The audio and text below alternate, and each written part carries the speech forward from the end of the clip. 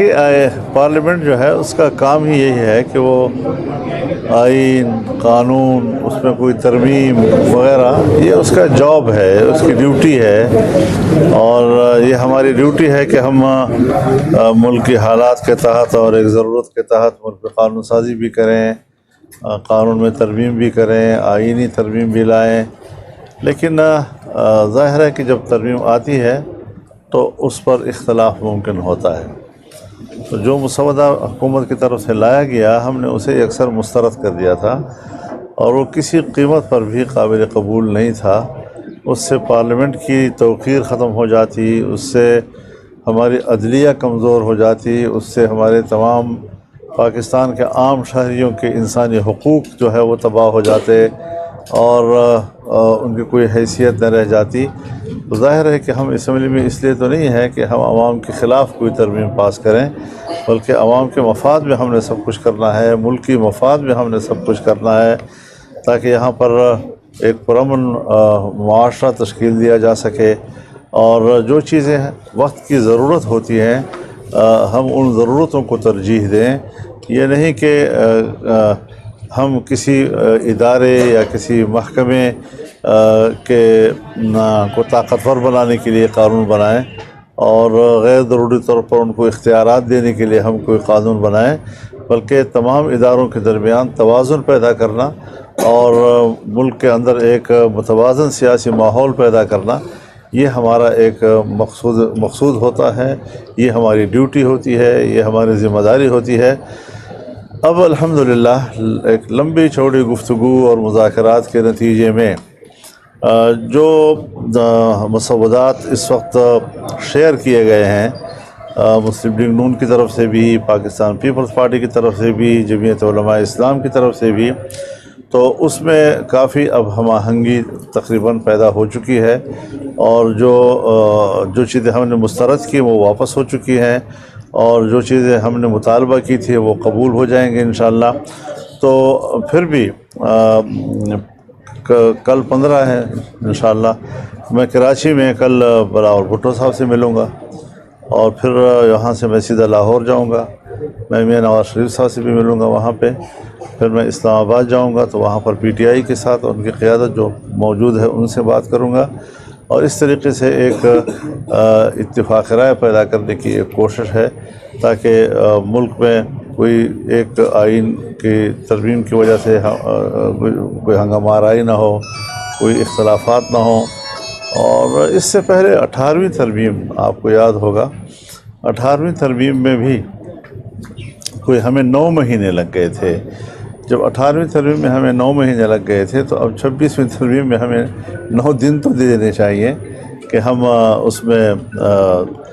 دیکھ سکیں، اس کا نوک پلک ٹھیک کر سکیں، اس میں کوئی غلطی ہے تو اس کو نکال سکیں،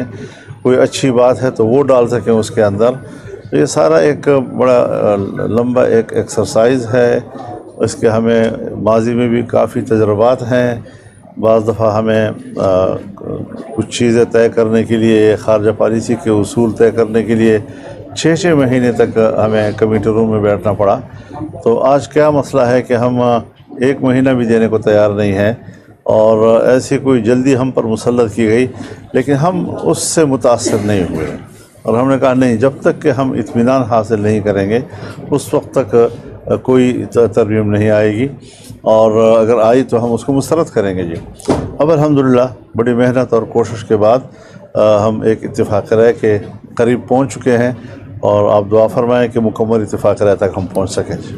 ایک ایک کر کے سوال کریں۔ احتجاج کرنے جا رہی ہے، اور یہ احتجاج اس وقت کر رہی ہے دنیا بھر سے ممالک کے لوگ پاکستان آ رہے ہیں۔ آپ کا ماضی میں کہنا تھا کہ ہم پی ٹی آئی کے ساتھ دیں گے،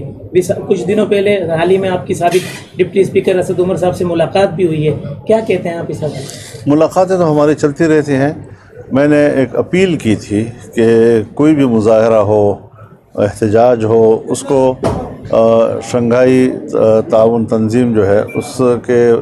سربراہان کے پاکستان کی سرزمین سے رخصت ہونے کے بعد تک ملتوی کر دیا جائے۔ تو پہلے بھی ایک مظاہرہ ہوا جس کے کوئی اچھے نتائج سامنے نہیں آئے، اس سے کوئی اچھا ماحول نہیں بنا، اور اب بھی جب مہمان یہاں پر موجود ہوں تو میں اب بھی دوبارہ اپیل کروں گا کہ وہ ایسے موقع پر کوئی احتجاج نہ کریں. چند دن کے لیے مؤخر کیا جا سکتا ہے اور کوئی اتنی بڑی مشکل پیدا نہیں ہوگی اس سے. تو مجھے امید ہے کہ وہ ہماری اپیل کی قدر کریں گے. سر سندھ کے دورے پر آپ آئے ہیں تو میرپور خاص ڈویژن کا انتخاب کیا، کیا سمجھتے ہیں اس وقت جو آپ کے آنے کی ضرورت پیش ہوئی، اور کیا مین کوئی پیغام دینا چاہ رہے ہیں آج اس دورے سے؟ دیکھیے 14 اکتوبر کو ملک میں 14 اکتوبر سے کبھی آگے پیچھے بھی ہو جاتا ہے. حضرت مفتی صاحب رحمہ اللہ کی یاد میں ایک کانفرنس منعقد کی جاتی ہے، تو کبھی ایک صوبے میں، تو کبھی دوسرے صوبے میں، تو کبھی تیسرے صوبے میں. تو اس دفعہ سندھ کی جماعت کا بڑا اصرار تھا، اور خاص طور پر میرپور خاص کی جماعت کا، کہ یہاں میں کافی عرصے سے نہیں آیا ہوں، تو یہاں آ کر اب یہاں کانفرنس منعقد کی جائے. تو یہ کانفرنس ہوگی، اور جب مفتی صاحب کے عنوان سے کانفرنس ہوتی ہے تو ان کی ہم جہت زندگی کو زیر بحث لایا جاتا ہے. ظاہر ہے کہ وہ جہاں ایک عالم دین تھے، جہاں وہ ایک فقیہ تھے، جہاں وہ ایک محدث تھے، اور اس حیثیت میں جو انہوں نے کامیابی کے جھنڈے گاڑے اپنی زندگی میں، پھر سیاسی میدان میں،